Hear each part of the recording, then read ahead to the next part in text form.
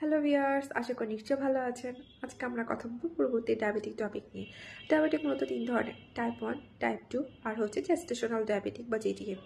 তো টাইপ 1 মূলত হচ্ছে প্রাপ্তবয়স্কদের ক্ষেত্রে নেই, এটি মূলত অল্পবয়স্কদের ক্ষেত্রে। শরীরে যখন ইনসুলিন ঠিকঠাক মতো উৎপন্ন না হয়, ইউজুয়ালি তাদের ক্ষেত্রে দেখা যায়। টাইপ 2 মূলত প্রাপ্তবয়স্কদের ক্ষেত্রে দেখা যায় শরীরে ইনসুলিন থাকবে কিন্তু ঠিকঠাক মতো ব্যবহার হচ্ছে না, তাদেরই টাইপ 2 হওয়ার চান্স থাকে। আর জেস্টেশনাল বা জিডিএম ডায়াবেটিক যেটা মূলত গর্ভকালীন সময় মায়েদেরকে হয়ে থাকে, কিন্তু সন্তান জন্মদানের পরে পরবর্তীতে সেটা চলে যায়। কিন্তু যাদের একবার জিডিএম হয়ে থাকে তাদের পরবর্তীতে টাইপ 2 হওয়ার চান্স অনেক বেশি থাকে।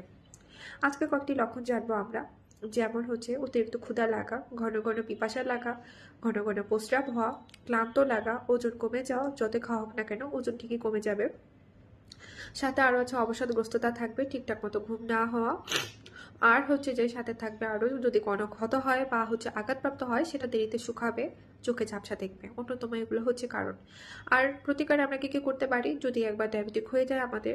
আমরা নিয়মিত চিকিৎসকের পরামর্শ অনুযায়ী আমরা চেক আপে থাকবো, রক্তে ঠিকমতো শর্করা গ্লুকোজের পরিমাণ দেখবো, খাদ্যাভ্যাস পরিবর্তন করব, ওজন যদি বেশি থাকে অবশ্যই ওজন নিয়ন্ত্রণ করার চেষ্টা করব, শারীরিক পরিশ্রম করব, ডাক্তারের নিয়ম অনুযায়ী যে ডায়েট দিবে সেটা অবশ্যই ফলো করার চেষ্টা করব। যদি আমাদেরকে মেডিকেশন দেওয়া হয় বা কোনো ওষুধ দেওয়া হয় সেটা অবশ্যই গ্রহণ করব নিয়মিত। আর যদি কোনো ইনসুলিন দেওয়া হয় অবশ্যই ঠিক মতো নিতে হবে, এবং অবশ্যই প্রতি সপ্তাহে অন্তত একবার করে হলেও নিয়মিত চেক আপ করতে হবে আমাদের ঠিকঠাক আছে কিনা। আমরা পুরোপুরি প্রতিকার করতে না পারলে অন্তত আমরা নিয়ন্ত্রণে রাখতে পারবো আমাদের ডায়াবেটিক।